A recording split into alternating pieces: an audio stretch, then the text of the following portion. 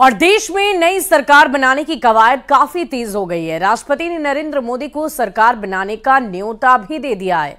नरेंद्र मोदी तीसरी बार प्रधानमंत्री की शपथ लेंगे। राष्ट्रपति ने 9 जून को शाम में शपथ लेने का वक्त दिया है। एनडीए के संसदीय दल का नेता चुने जाने के बाद और सरकार बनाने का दावा पेश करने के बाद नरेंद्र मोदी ने राष्ट्रपति द्रौपदी मुर्मू से मुलाकात की। राष्ट्रपति ने नरेंद्र मोदी का अभिवादन किया और भगवान जगन्नाथ की तस्वीर देकर उनका स्वागत किया है। 9 जून को नवगठित सरकार का शपथ ग्रहण होना तय हुआ है। राष्ट्रपति से मिलने के बाद नरेंद्र मोदी ने बताया कि एनडीए सरकार को देश में तीसरी बार सरकार बनाने का आदेश मिला है। नरेंद्र मोदी ने राष्ट्रपति की तरफ से आमंत्रण मिलने पर उन्हें आभार जताया। वहीं देशवासियों को संबोधित करते हुए कहा कि मैं देशवासियों को विश्वास दिलाता हूं कि 18वीं लोकसभा के 5 साल के कार्यकाल में भी हम उसी गति और समर्पण भाव के साथ देश की आकांक्षाओं को पूर्ण करने में कोई कोर कसर नहीं छोड़ेंगे।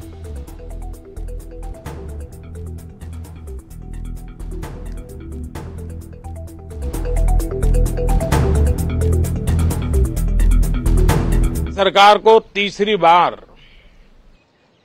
देश की सेवा करने का देशवासियों ने आदेश दिया है, अवसर दिया है। मैं देशवासियों का फिर से एक बार ये अवसर देने के लिए हृदय से आभार व्यक्त करता हूं और मैं देशवासियों को विश्वास देता हूं कि पिछले 2 टर्म में जिस गति से देश आगे बढ़ा है, समाज के हर क्षेत्र में परिवर्तन साफ साफ नजर आ रहा है। 25 करोड़ लोगों का गरीबी से बाहर आना, ये अपने आप में हर भारतीय के लिए बड़ा गर्व का विषय है।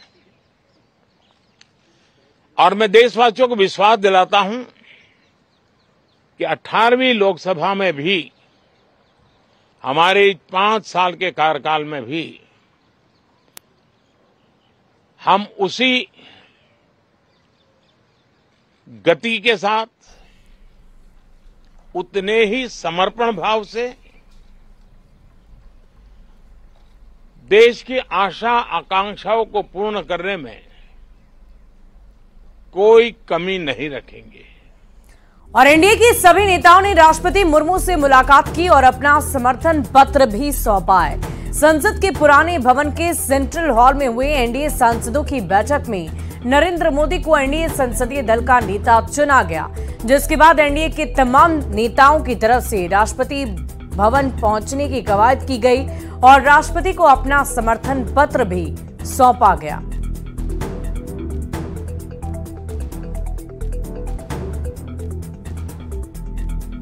तो तस्वीरें हम आपको दिखा रहे हैं। जेपी नड्डा के घर पर अहम बैठक हुई और उसके बाद ये समर्पण पत्र लेकर राष्ट्रपति द्रौपदी मुर्मू से मुलाकात करने एनडीए के तमाम नेता पहुंची। और ये देखिए, समर्थन पत्र हाथों में है। मुख्यमंत्री नीतीश कुमार आपको नजर आ रहे होंगे बिहार के, और जेपी नड्डा के हाथ में ये समर्थन पत्र है, जिसे लेकर एनडीए के तमाम डेलीगेट सीधे राष्ट्रपति भवन तक पहुंचे और द्रौपदी मुर्मू को ये पत्र समर्पित किया गया।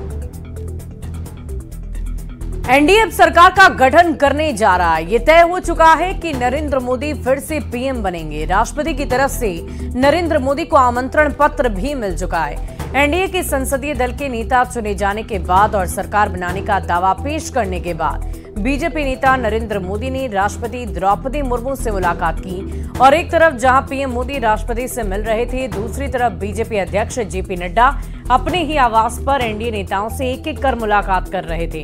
बीजेपी अध्यक्ष ने एनडीए में शामिल सभी दलों के नेताओं से सरकार के प्रारूप की चर्चा की है। खबर है कि सभी नेताओं से मंत्रिमंडल पर भी विस्तार से चर्चा की गई।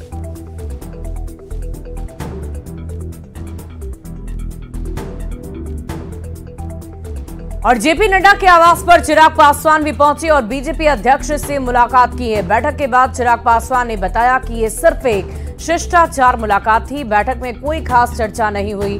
चुनाव परिणाम आने के बाद ऐसी मुलाकात नहीं हुई थी। जेपी नड्डा के साथ बैठक में अमित शाह और राजनाथ सिंह भी मौजूद रहे।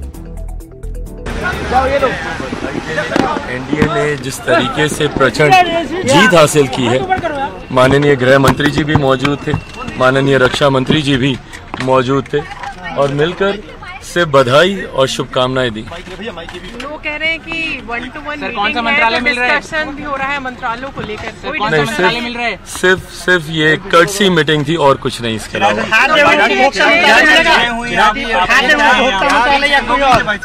कोई ऐसी खास चर्चा नहीं। जैसा मैंने कहा कि चुनाव परिणाम आने के बाद ये मुलाकात 1-to-1 इस तरीके से हुई नहीं थी।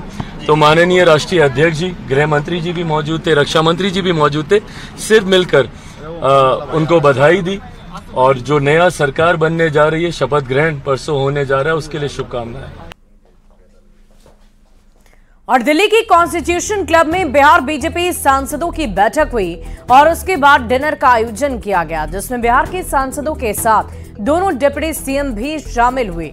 बीजेपी के बिहार प्रभारी विनोद तावड़े भी इस बैठक में पहुंची और बैठक में पहुंचे डिप्टी सीएम विजय सिन्हा ने विरोधियों पर जमकर हमला बोला और कहा कि विरोधी हताश हो गए हैं।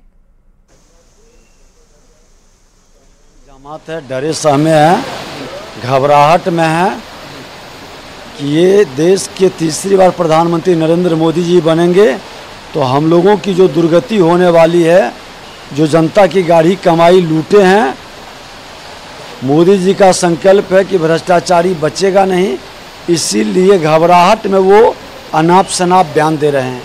चुनाव के समय भी लोगों को भरमाने का बहुत बड़ा खेल खेले, झूठ का बाजार गर्म किए, अफवाह फैलाए, संवैधानिक संस्था पर भ्रम की वातावरण बनाए। आज चुनाव आयोग पर ईवीएम से लेकर चुनाव आयोग तक को कटघरे में खड़ा कर दिए।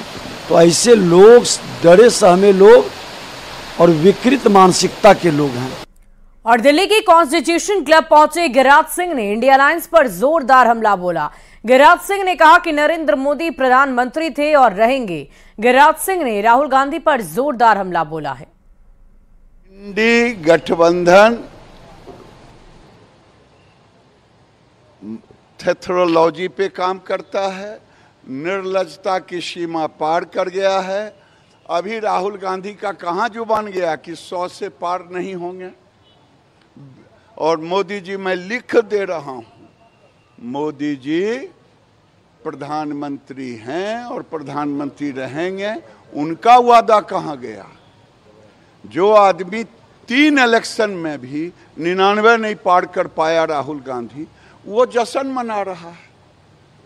इससे बड़ा झूठ और कुछ नहीं होगा। निर्लज्जता की सीमा कांग्रेस पार कर गई है और जो टुकड़े टुकड़े गठबंधन है, ये टुकड़े टुकड़े गठबंधन को वोट कहाँ आया भाई? सरकार बना रही थी, जितना आया सब मिला के उतना मोदी को आया। और नीट परिणाम 2024 की घोषणा कर दी गई है। इस साल 13 लाख से ज्यादा छात्रों ने नीट यूजी की परीक्षा पास की है, जिसमें से 67 छात्रों ने नंबर 1 रैंक हासिल कर लिया है। और इसी को लेकर विवाद है कि इतनी बड़ी संख्या में छात्रों ने कैसे टॉप कर लिया। पूरे विवाद पर गोल विलेज की संस्थापक विपिन सिंह से बातचीत की है न्यूज 18 बिहार के इनपुट एडिटर ब्रजमोहन सिंह ने।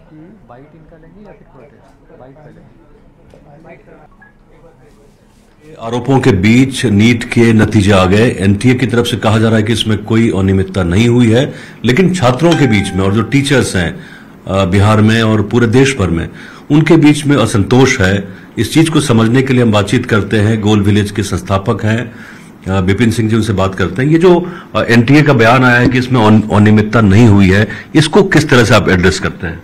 तो 5 मई को इसका एग्जामिनेशन कंडक्ट किया गया था और 4 मई को ही सभी बच्चों के पास ये मैसेज आना शुरू हुआ। हमारे पास भी मैसेज आया था और जो जानकारी मिली कि इंस्टा पे इस तरीके के क्वेश्चन सर्कुलेट हो रहे हैं, इसकी जांच होनी शुरू हुई और बिहार पुलिस को शाबाशी देनी चाहिए कि यहाँ पुलिस ने 4 बच्चों को गिरफ्तार किया, उनके अभिभावक के साथ। सबके लिखित बयान है, एफआईआर दर्ज किए गए हैं, वो गिरफ्तार हुए हैं। और कैसे कैसे मोड ऑफ ऑपरेंडिस रहा है, किस तरीके से क्वेश्चंस पेपर आउट हुए, ये सब कुछ स्वीकार गया था। इसके बाद एनटीए ने कहा कि नहीं हुआ है। चलिए, इसके बाद मान लिया गया, बच्चों ने भी एग्जामिनेशन दे लिया था, इंतजार था एग्जामिनेशन का। और आपके माध्यम से सिर्फ एनटीए से ये रिक्वेस्ट करना है कि आपने जो चीजें किया है इसको आप स्वीकार करें और बच्चों के भविष्य के साथ ऐसा खिलवाड़ न करें, क्योंकि इसके बहुत कई परिणाम सामने आएंगे। जैसे जिन बच्चों ने तैयारी की, इतनी मेहनत की, अब हम ये मान के चल रहे थे कि कट ऑफ इस बार आसान क्वेश्चन की वजह से 625 तक जा सकता है। 625 और 630 ही जाना चाहिए था ना। 650-55 लाने वाला बच्चा आज रो रहा है।